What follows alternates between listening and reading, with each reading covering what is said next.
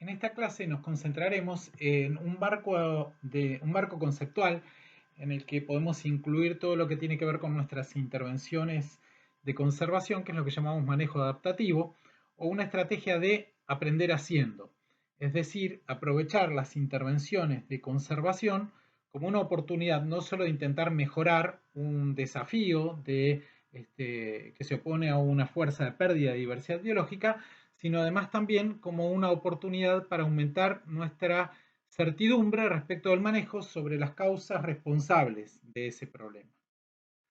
Y volviendo a hacer una analogía con la medicina, como ya hemos hecho en otras oportunidades, voy a citar a Hipócrates, un médico de la antigua Grecia que vivió hace unos 2500 años.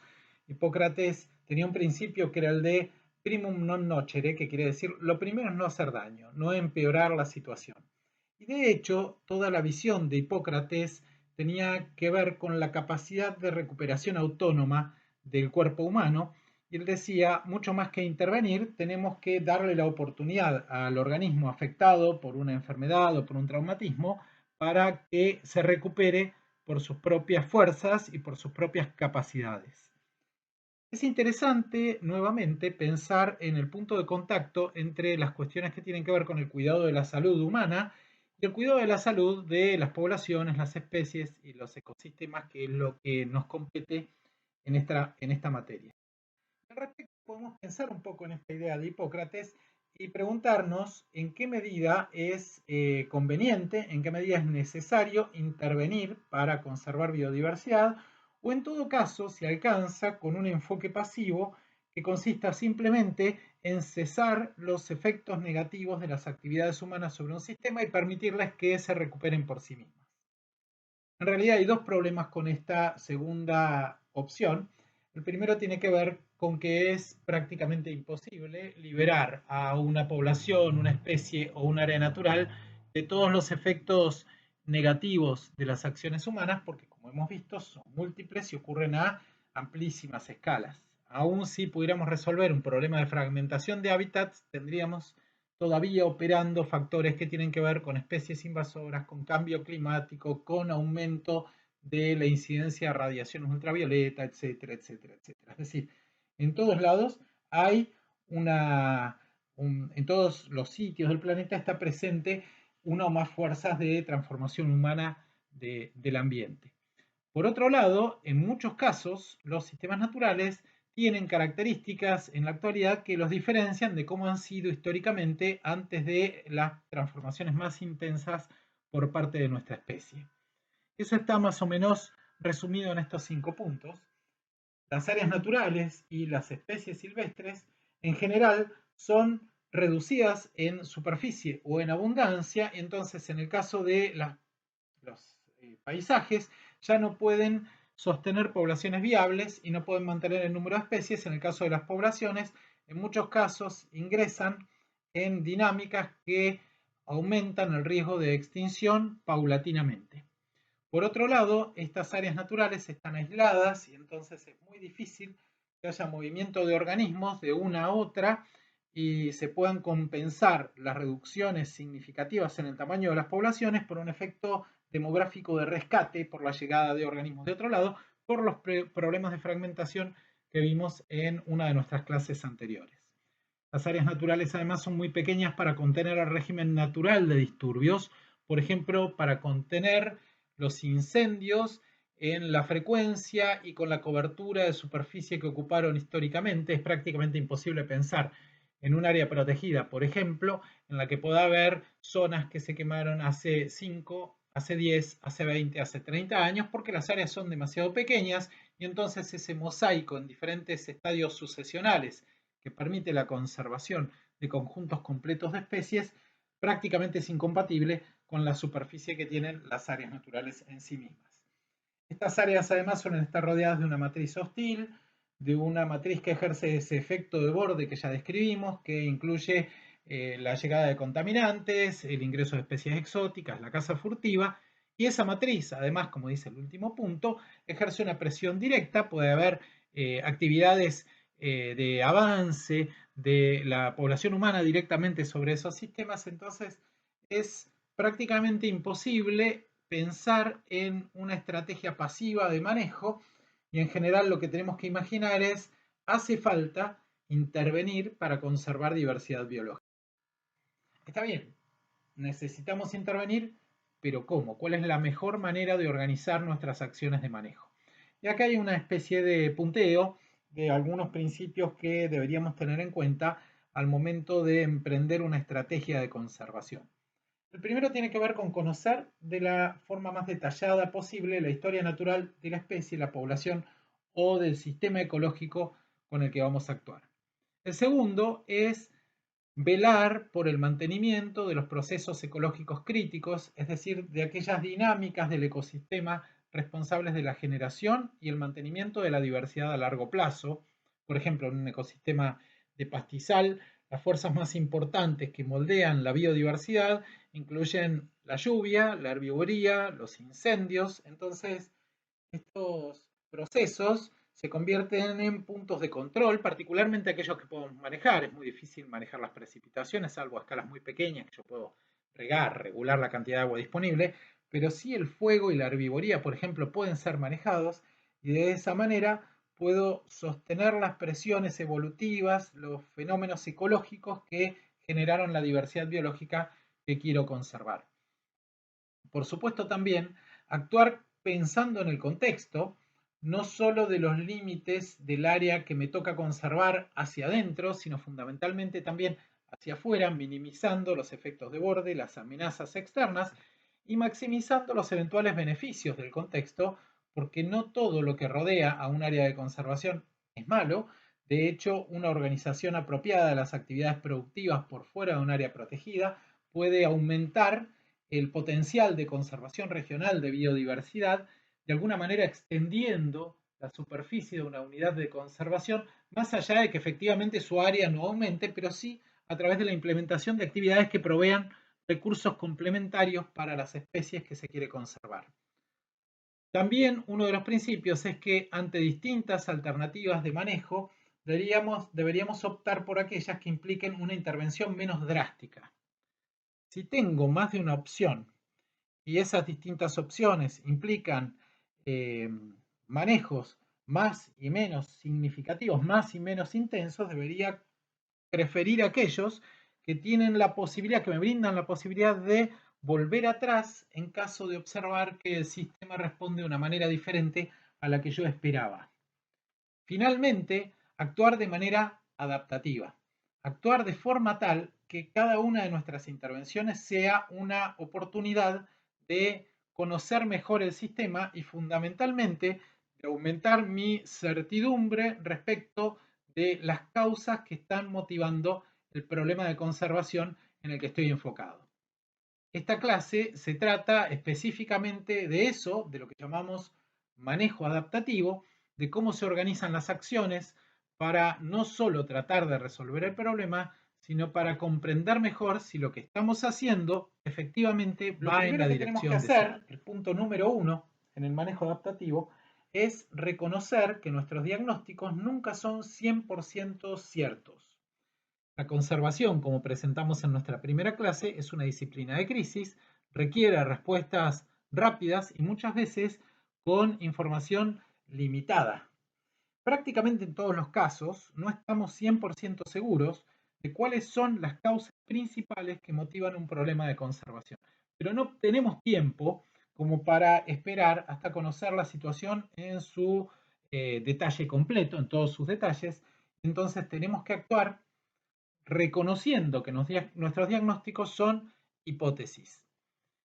Eso no quiere decir que no podemos hacer nada. En biología es muy común exagerar las necesidades de información, llevando a que no se tomen decisiones o no se intervenga para resolver un problema.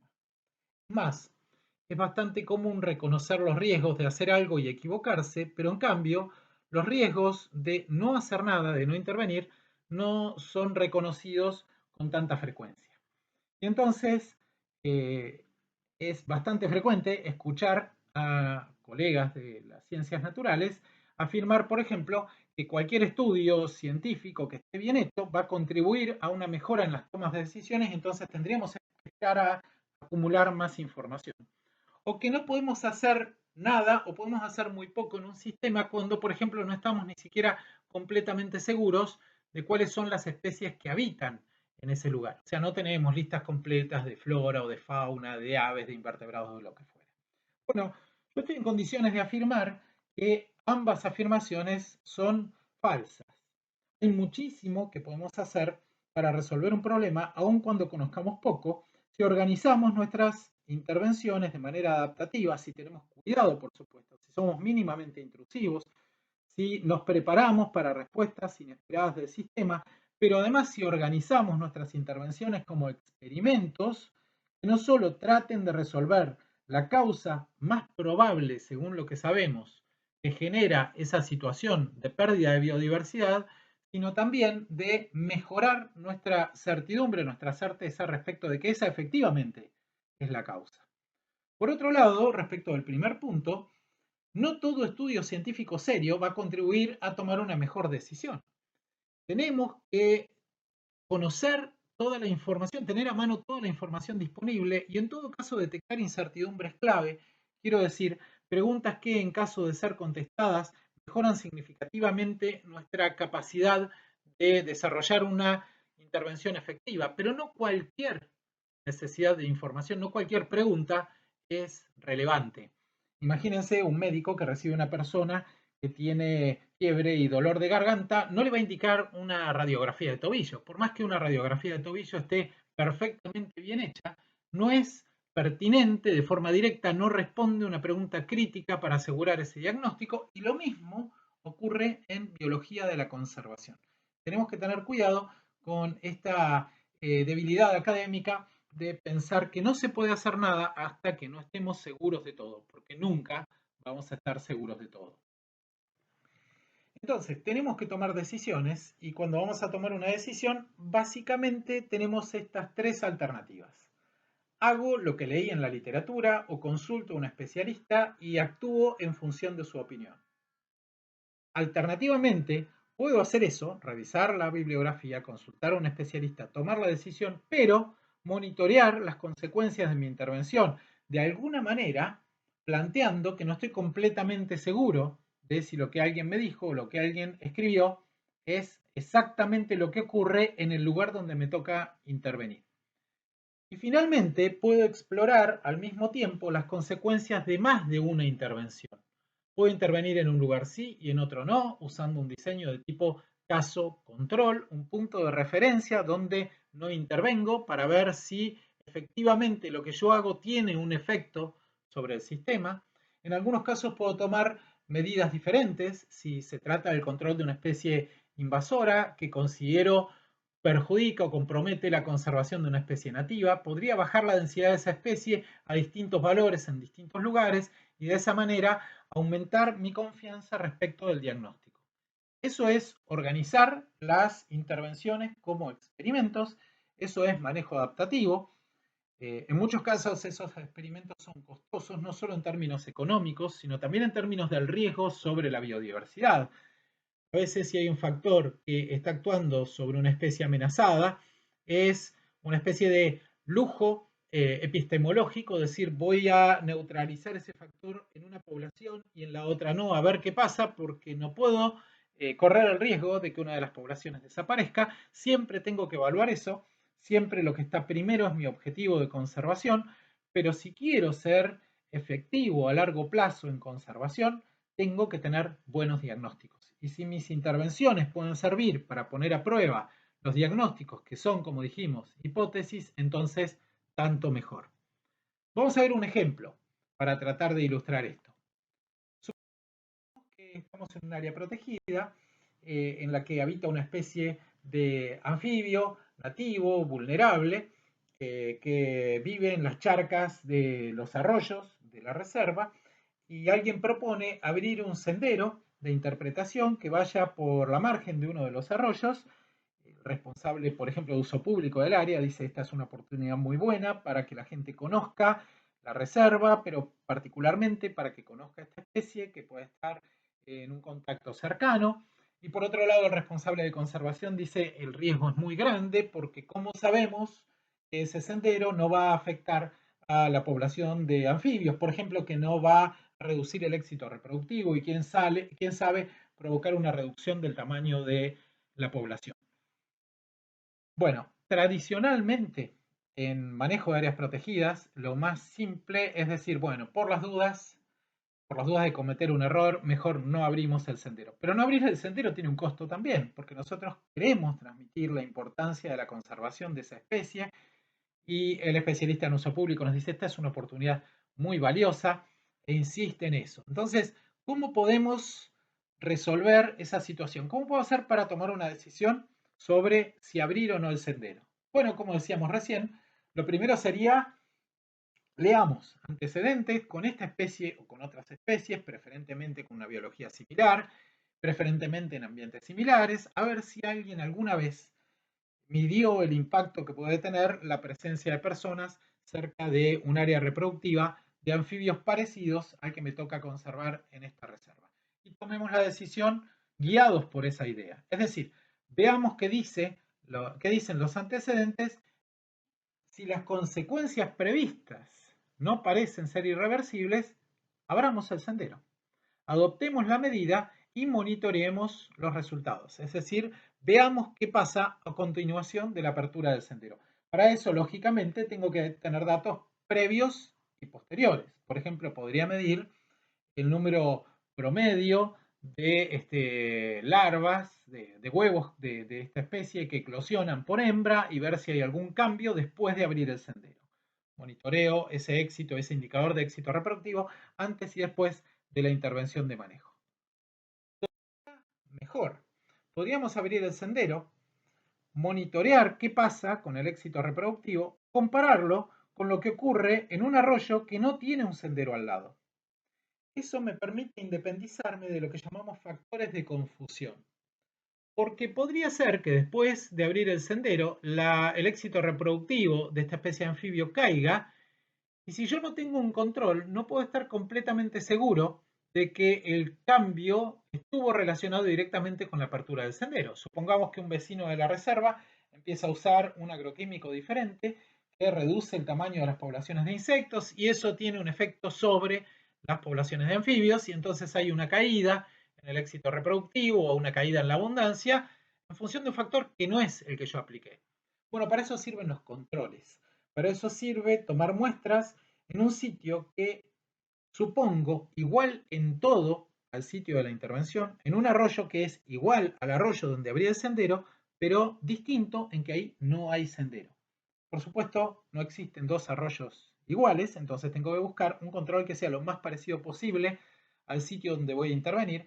Mejor todavía, que puedo tener en vez de un arroyo, dos, tres o cuatro arroyos controles, puedo tener un valor promedio del éxito reproductivo, si es la variable que estoy midiendo, en los sitios donde no hubo intervención.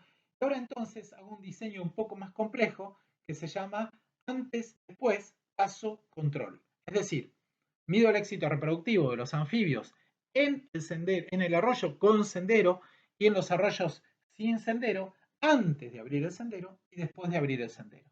Y entonces ahí sí puedo estar más o menos tranquilo de que si hay una variación en la población de anfibios en el arroyo donde yo abrí el sendero que no se observa en los arroyos control, las posibilidades de que mi intervención de manejo sean las responsables son mucho más ciertas, son mucho más significativas.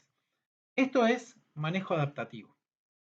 Es responder la pregunta de cuál es el efecto de la apertura del sendero abriendo el sendero. Por supuesto que uno tiene que evaluar que no se trate de un efecto irreversible. Si esta fuera una población de anfibio que es endémico, que solo vive al lado de ese sendero y el experimento sale mal, me quedé sin la población de anfibios. Tengo como objetivo primario la conservación de esa población y como un objetivo subordinado que la gente lo pueda conocer.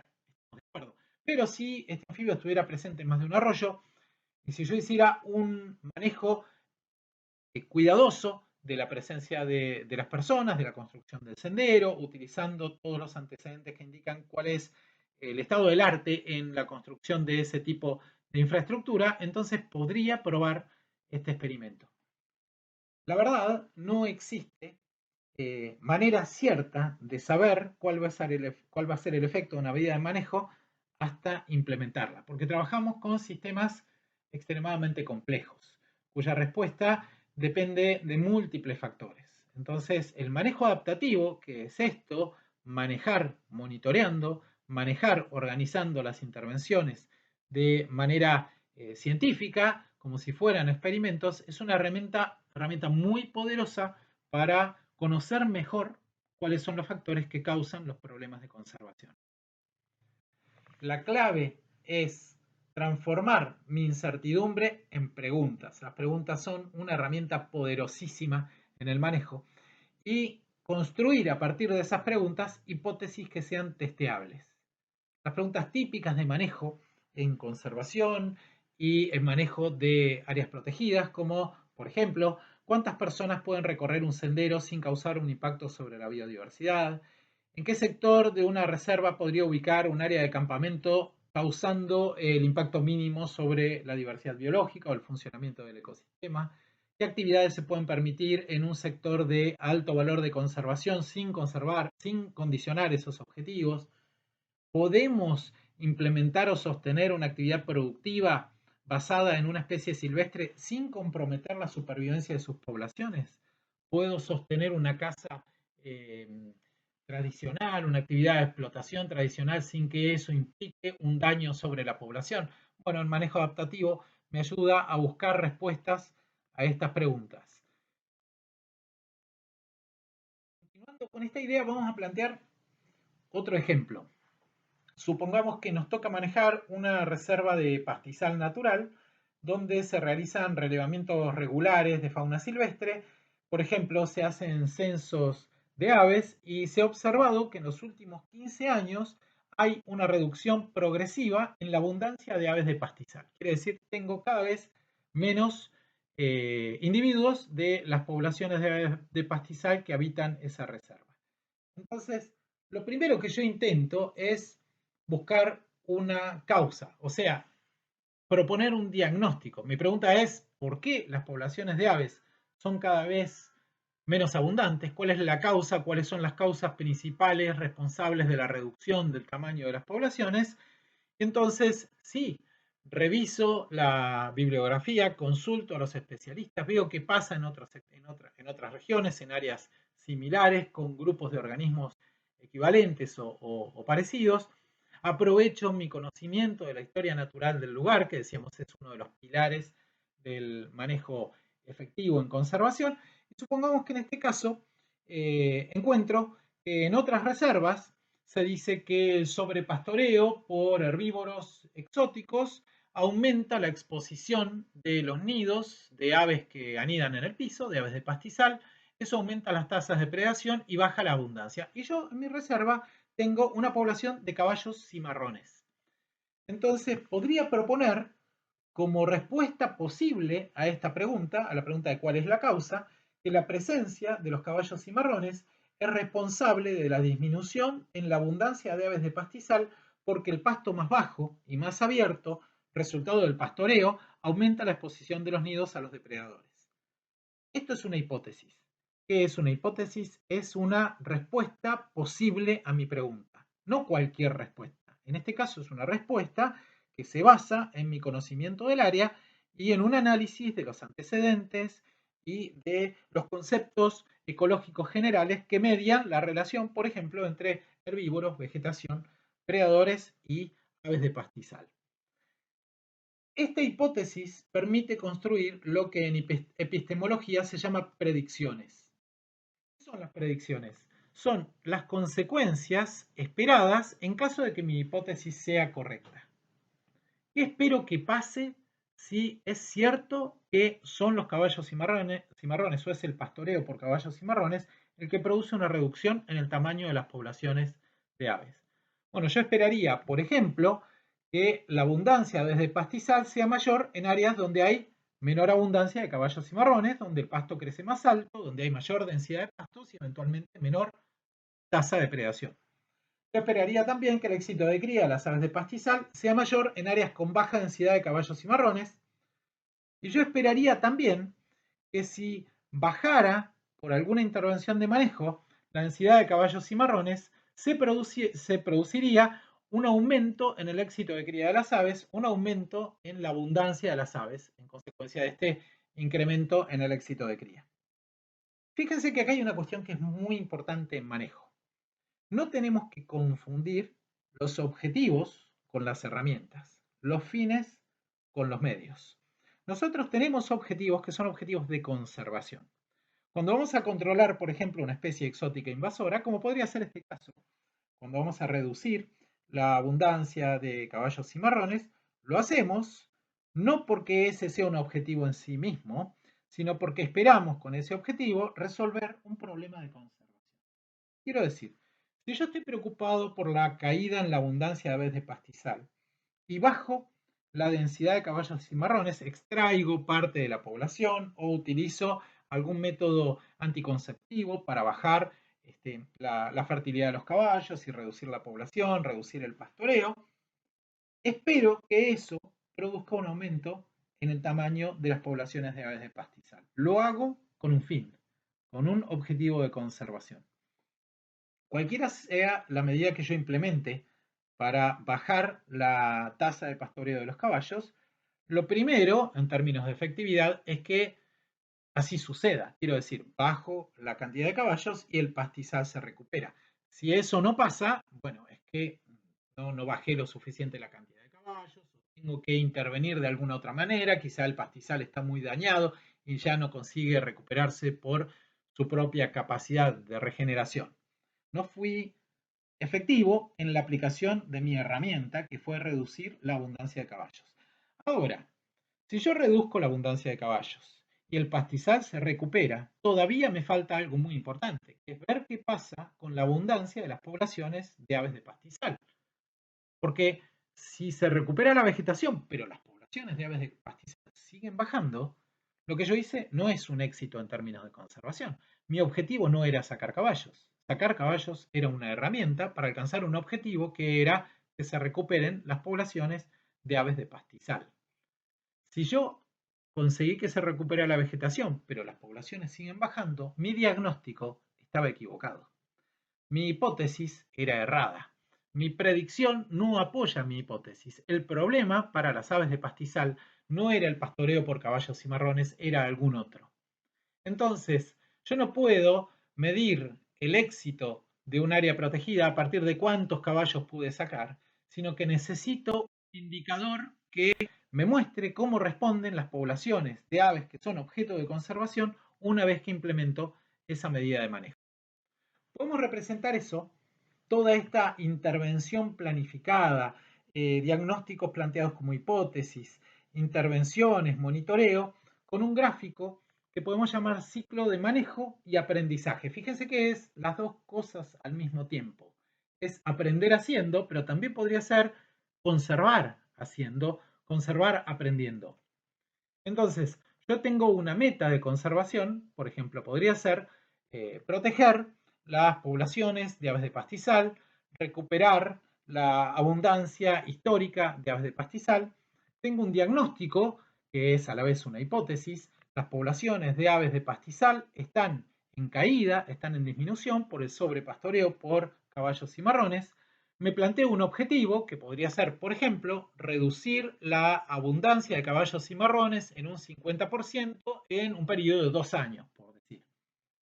Propongo una estrategia que podría ser el retiro de caballos con arreos, cargarlos en camiones, sacarlos de la reserva, y después tengo resultados. Esos resultados tienen que ser monitoreados, tienen que ser evaluados, y el monitoreo debe producirse en dos niveles. Lo primero que tengo que ver es qué tan efectiva fue mi estrategia. Quiero decir, qué tan bueno fui para retirar caballos cimarrones, cómo respondió el pastizal al retiro de los caballos cimarrones. Yo podría tener un indicador de monitoreo de efectividad de mi estrategia que fuera, por ejemplo, medir la altura de la vegetación, la densidad de la vegetación antes y después de la retirada de los caballos cimarrones. Entonces veo qué tan bueno soy en la aplicación de mi herramienta de manejo. Pero con eso no alcanza, necesito un segundo nivel de monitoreo, que es monitorear la precisión de mi diagnóstico. Es ver si efectivamente el problema de las aves de pastizal era el efecto de los caballos sobre la altura de la vegetación y en consecuencia el éxito de los predadores al momento de cazar pichones y alimentarse de huevos de las aves que eran objetivo de conservación. Entonces, el monitoreo sirve para dos cosas. Primero, para ver qué tan bueno soy en la aplicación de mi herramienta y también para ver si mi diagnóstico era cierto o no. Si mi resultado es negativo, saqué la mitad de los caballos, pero el pastizal sigue bajo y sigue abierto, tengo que revisar mi estrategia. No alcanza con sacar los caballos o no alcanza con sacar el 50% de los caballos. Si el resultado es positivo, saqué el 50% de los caballos, aumentó la densidad y la altura de la vegetación, entonces reviso la meta. ¿Qué pasó con la abundancia de aves de pastizal? Si la abundancia de aves de pastizal, mi meta, se alcanza, es decir, vuelve a aumentar la abundancia de aves de pastizal, bueno, tengo que seguir monitoreando porque, como dijimos al principio, la biología de la conservación es una ciencia de eterna vigilancia, no es que los problemas se resolvieron para siempre, pero puedo estar mucho más tranquilo respecto de que mi diagnóstico inicial tiene buenas chances de ser cierto. Aunque nunca estoy 100% seguro y por eso necesito el monitoreo, mis datos, la respuesta del sistema, en este caso de la abundancia de las aves de pastizal, apoya mi hipótesis. Se cumple la predicción. Saqué caballos, bajé la densidad de caballos, se recuperó el pastizal y comenzó a recuperarse consecuentemente la abundancia de aves de pastizal. Ahora, si yo saqué los caballos, si se recuperó el pastizal, pero las poblaciones de aves siguen en caída, entonces tengo que revisar el diagnóstico. Mi hipótesis estaba mal o no era completa. El problema de las aves de pastizal no era el sobrepastoreo por caballos cimarrones o no era el único problema. Fíjense entonces cómo la intervención de manejo intenta, número 1, proteger las poblaciones de aves de pastizal. Pero número 2, y tan importante como eso, aumentar nuestra confianza en que las causas del problema son las que yo creo que son. Porque yo puedo pasarme la vida implementando herramientas de conservación que parezcan perfectamente buenas, que sean muy prolijas, pero no dejan de ser herramientas. Lo que necesito es monitorear si los valores de conservación se mueven hacia los estados deseados respecto de mis metas de protección de biodiversidad en ese sitio. Otro ejemplo para seguir ilustrando esta idea. Esta especie que está en la diapositiva es el cauquén colorado o cauquén de cabeza roja, Cloephaga rubidiceps. Es una especie migratoria, un ganso, que tiene una distribución restringida al centro y sur de Argentina y un poquito también en Chile. Además está presente en las Islas Malvinas. En la Patagonia continental anida en el extremo más austral, en Tierra del Fuego y sur de Santa Cruz. Y en los meses de invierno se desplaza hacia el norte junto con otras dos especies, el cauquén común, que es Cloephaga picta, y el cauquén de cabeza gris o cauquén real, que es Cloephaga poliocéfala. Llegan, como decía, hasta el sur de la provincia de Buenos Aires y ahí han sido sujetos a distintas presiones, incluyendo la persecución por parte de los productores agrícolas, porque como les decía, es un ganso, es una especie herbívora, y en esta zona de la República Argentina se alimenta de las plantas recién germinadas de trigo. Aunque se ha probado con trabajos experimentales que el impacto de las aves sobre el trigo es prácticamente nulo en términos de la cosecha, persisten algunas ideas de que es una especie que hay que espantar. No solo esta, sino fundamentalmente las otras dos que son mucho más abundantes, pero claro, al momento de espantarlas, la actividad que se ha desarrollado ahora está prohibida, pero en alguna época con avionetas, haciendo que las bandadas volaran hacia el mar. Este sector de la provincia de Buenos Aires a donde llegan en el partido de Tres Arroyos es un partido costero, cercano al océano, entonces se las metía mar adentro, esperando que se cansaran, bajaran y se ahogaran, ¿no? Se murieran en el mar. Bien, ese es un factor de amenaza. Hay otro que es importante, que es en el área de cría y tiene que ver con la predación por carnívoros como el bisón americano, del que ya hemos hablado en la clase de especies exóticas invasoras. Entonces, supongamos que vemos, y es un hecho, que la población de cauquenes está en una retracción marcada. Tenemos un objetivo que es generar una estabilidad en la población o mejor todavía, un aumento en la abundancia de la especie, que es una de las especies de vertebrados más críticamente amenazadas en la República Argentina.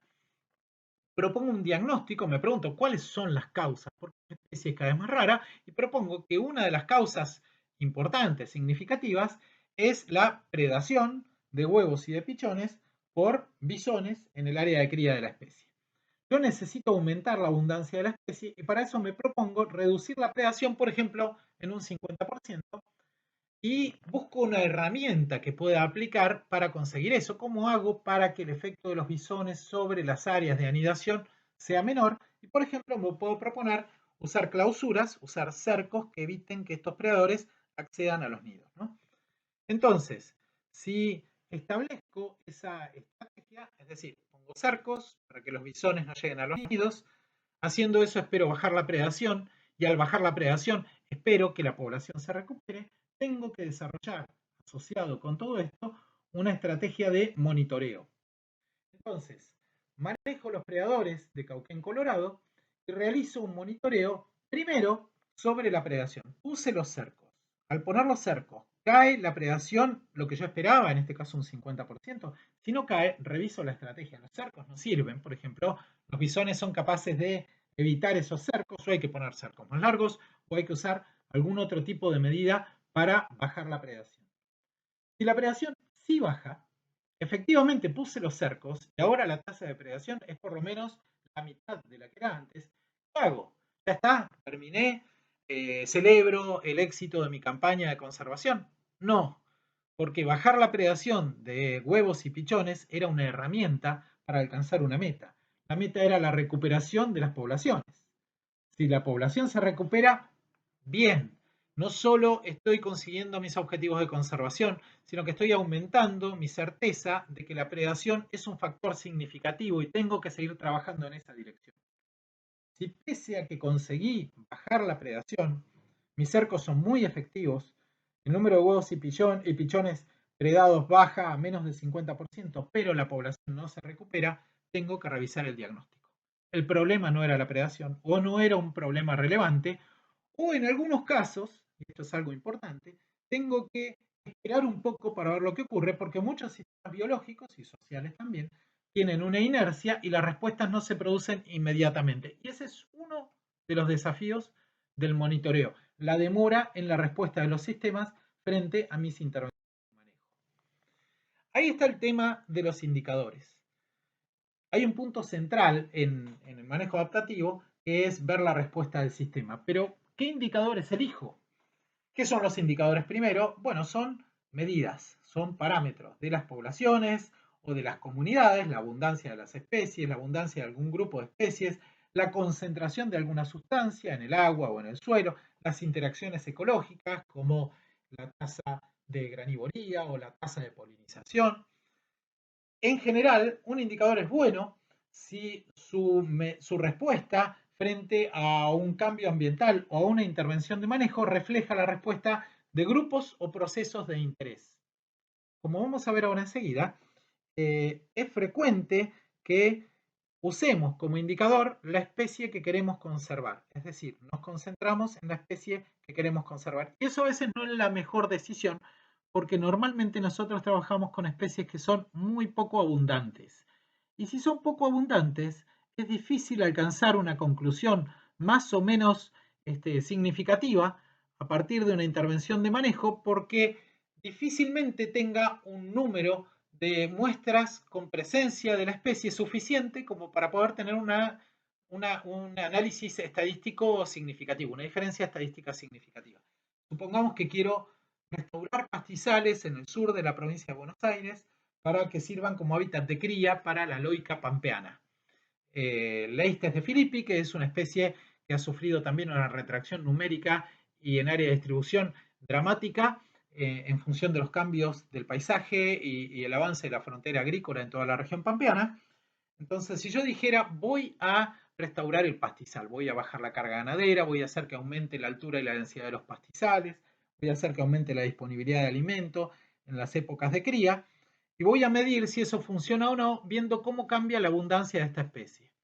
Bueno, lamentablemente esta es una especie tan poco abundante que puede ser que yo mejore mucho los pastizales y que ese cambio sea significativo y que abra nuevas oportunidades para la loica pampeana, pero que no sea capaz de verlo simplemente porque la especie es muy rara, muy poco frecuente. Podría elegir, en cambio, otra especie que tenga requerimientos ecológicos parecidos, como podría ser otra ave de pastizal, como una cachirla, Antus, cualquier especie de las que habitan al sur de la provincia de Buenos Aires, y entonces ver cómo responde esa población que es sensible a la misma intervención de manejo, pero más abundante, y entonces me va a permitir ver si estoy yendo en la dirección correcta en la restauración de los pastizales. De nuevo, tenemos que tener claro que estamos trabajando enfocados en un proceso de conservación. Estamos queriendo alcanzar una mejora en la situación poblacional de una especie amenazada y seguir con esta idea de que ni la restauración del pastizal es un objetivo en sí mismo, si lo que me interesa es la conservación de la especie, ni siquiera, por ejemplo, la creación de un área protegida, son herramientas que llevan a un aumento en nuestra capacidad de conservar alguna especie o algún sistema vulnerable. Para que un indicador sea bueno, tiene que ser fácil de muestrear, como decía recién. Tiene que ser accesible, como las cachirlas versus la loica pampeana. El rango de acción tiene que concordar con la escala del problema. Quiero decir, no puedo elegir para ver qué tan buena es la mejora de un parche de hábitat una especie que tiene movimientos muy grandes y que utiliza superficies de territorio muy extensas, porque probablemente su presencia en mi parche no tiene que ver con lo que yo hice, sino con cosas que están pasando en otras áreas. Tendría que tener alguna especie que tenga un rango de acción más reducido. Obviamente, la especie tiene que ser sensible al factor de conservación o los factores de conservación o de preocupación. Una cuestión importante. Normalmente nuestras preguntas en manejo adaptativo son del tipo: ¿cuál es el efecto de A sobre B? Siendo que A es o bien un problema ambiental, la construcción de una represa, la apertura de un camino, el establecimiento de un área de camping en un área protegida, el aumento en la presión de caza de una especie silvestre, o sea, digo, un factor de presión o una intervención de manejo. ¿Cuál es el efecto de A? Y A puede ser, por ejemplo, la reintroducción de una especie en nuevo territorio, la restauración del ambiente, el aumento en la provisión de alimento, lo que fuera. ¿Cuál es el efecto de alguna de esas cosas sobre B? Y B es un valor de conservación, solo que muchas veces, como decíamos, no medimos directamente ese valor de conservación, sino que medimos algún indicador que hable por la especie o el sistema de intervención. Los indicadores incluyen, como decíamos, abundancia, éxito reproductivo, proporción de juveniles, proporción de sexos, etcétera, de una especie o población indicadora. Aumenta el éxito reproductivo de las cachirlas en un lugar de hábitat restaurado respecto a un lugar donde no intervine, y entonces ahí puedo decir que la restauración va en la dirección de reducir el efecto de la predación sobre las aves de pastizal. Variables a nivel de comunidad, riqueza o diversidad de especies, proporción de especies exóticas, cobertura de especies palatables, es decir, aquellas especies vegetales preferidas por los herbívoros, en caso que el factor de presión sea, por ejemplo, la abundancia de ganado o de una especie exótica invasora de herbívoro. O procesos ecológicos, por ejemplo, la tasa de herbivoría, de polinización, dispersión de semillas, granivoría, descomposición. Por ejemplo, si yo quiero ver si un sendero en un área de un área protegida, en un sector de un área protegida, tiene un efecto sobre el funcionamiento de ese ecosistema, podría elegir un proceso ecológico como la degradación del mantillo vegetal, de la hojarasca, y entonces poner bolsas de red, de tul, a distintas distancias del camino y ver si la velocidad de descomposición varía. Fíjense que este es un indicador, por ejemplo, este es un indicador súper interesante porque me está diciendo cómo funciona el ciclo de descomposición y remineralización de la materia orgánica, del que depende no una especie o dos, sino el funcionamiento del ecosistema completo. Los indicadores, además, en muchos casos son diferentes para los dos niveles de monitoreo que dijimos, para ver qué tan buenos somos en nuestras medidas de manejo y al mismo tiempo también ver cómo responde el sistema y en función de cómo responde si mi diagnóstico era correcto, entonces puedo usar indicadores diferentes. Tengo que decidir cómo voy a aplicar mi indicador, dónde voy a medir, qué voy a medir, cuántas muestras necesito, con qué frecuencia. Tengo que considerar el riesgo de que haya variables de confusión, como dijimos hoy, que afecten la respuesta de los indicadores, alguna otra variable diferente del factor de impacto de la intervención de manejo que estoy considerando en mi intervención. Además de esto que decíamos de la demora en la respuesta, de la inercia de los sistemas, tengo que saber que muchas veces hay que esperar para observar una diferencia. ¿Y qué pasa si efectivamente observo una diferencia significativa? Aquí hay otra cuestión interesante. Nosotros estamos acostumbrados a hablar de diferencias estadísticamente significativas. Es decir, que las variaciones en una medida, en un sitio intervenido versus un control donde no hubo intervención, varíen, tengan una diferencia tal que pueda asignarse a un factor distinto al azar. Haya una diferencia que estadísticamente sea significativa. Ahora, las diferencias estadísticamente significativas no necesariamente son significativas para nuestros objetivos de conservación. Supongan que tengo dos áreas donde en una de ellas se desarrolla una actividad de caza de una especie silvestre y en la otra no. Y mi pregunta es si la caza es un factor que pueda amenazar la persistencia de la especie. Pensemos también que es una actividad tradicional, que hay una comunidad que depende de esa actividad y entonces no es algo que yo quisiera prohibir. En la medida que no afecte la conservación de la especie, sería bueno dejarlo. Es parte del legado cultural, es parte de los motivos por los cuales la población local valora el ambiente del que depende esa especie y no lo transforma en otra cosa, por ejemplo, en un área agrícola. Entonces podría usar un indicador, podría usar, por ejemplo, la abundancia de esa especie o la proporción de adultos y juveniles en el área bajo caza y en el área control, donde no hay cacería. Supongan que usamos la abundancia, la densidad, número de individuos por hectárea, y que descubrimos que la densidad es significativamente menor en términos estadísticos en el área donde se caza respecto del área donde no se caza. En el área donde se caza hay en promedio 5 individuos por cada hectárea y en el área donde no se caza hay en promedio 5,2 individuos por hectárea. Como puse muchas muestras, como la abundancia es relativamente homogénea en ambos ambientes, el desvío de los datos es pequeño y aun cuando la diferencia de los promedios 5 contra 5,2 es pequeña, el test estadístico me dice que esa diferencia es significativa, es estadísticamente significativa. Puedo afirmar con cierta confianza que hay menos individuos en el área donde se caza que en el área donde no se caza. La pregunta es, ¿esa diferencia de 0,2 individuos por hectárea es una diferencia que justifique cerrar el área a la caza? Eso no lo responde la estadística, eso lo tiene que responder la ecología, los modelos demográficos, la biología de la conservación. No podemos quedarnos estrictamente con las diferencias estadísticas porque podría ser que esa pequeña diferencia no represente un cambio importante en las chances de supervivencia de la especie a largo plazo y entonces quizá yo pudiera mantener la actividad de caza pese a esa diferencia estadísticamente significativa porque considero que no es significativa respecto de las chances de supervivencia de la especie. Este es un punto muy importante y tenemos que reconocer la importancia, el valor de la biología de la conservación más allá de las herramientas estadísticas que estemos usando en el momento de recomendar una decisión u otra. Y para terminar, tenemos que entender que el monitoreo no es el punto final del manejo adaptativo.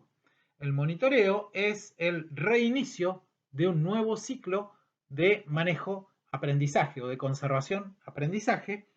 Entonces yo empiezo con el diagnóstico, con el diseño de una intervención, la implemento, la monitoreo, evalúo los resultados de ese monitoreo y en función de los resultados ajusto las nuevas intervenciones, que pueden ser retirarme y solo monitorear o pueden ser seguir haciendo lo mismo de la misma manera o con alguna variación en función de lo que pasó. Y entonces del punto F volvemos a actualizar nuestro diagnóstico, a diseñar un proyecto con las alteraciones que correspondieran, implementarlo, etcétera, etcétera.